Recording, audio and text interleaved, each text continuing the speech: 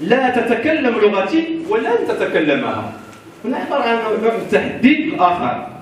بمعنى آخر إن عدم معرفة لغتي يحول دون التواصل.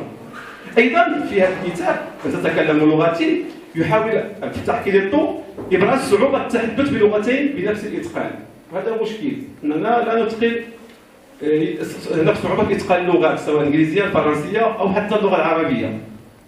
وهنا يتم مسألة الهوية من خلال التعددية الثقافية لمن يتحدثون عدة لغات، فيقول بأن اللغة هوية ومراجع ثقافية.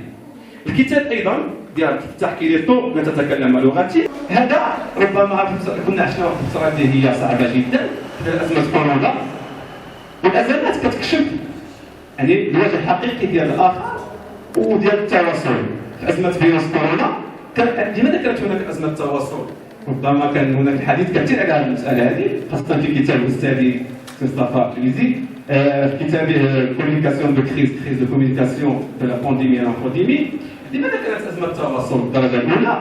لأنه كان هناك معجم جديد ما سمي بالمعجم كوفيديكسيونال. ربما هذا ما توصلت إلى خلال البحث أنه هذا المشكل اللي خلق أزمة التواصل.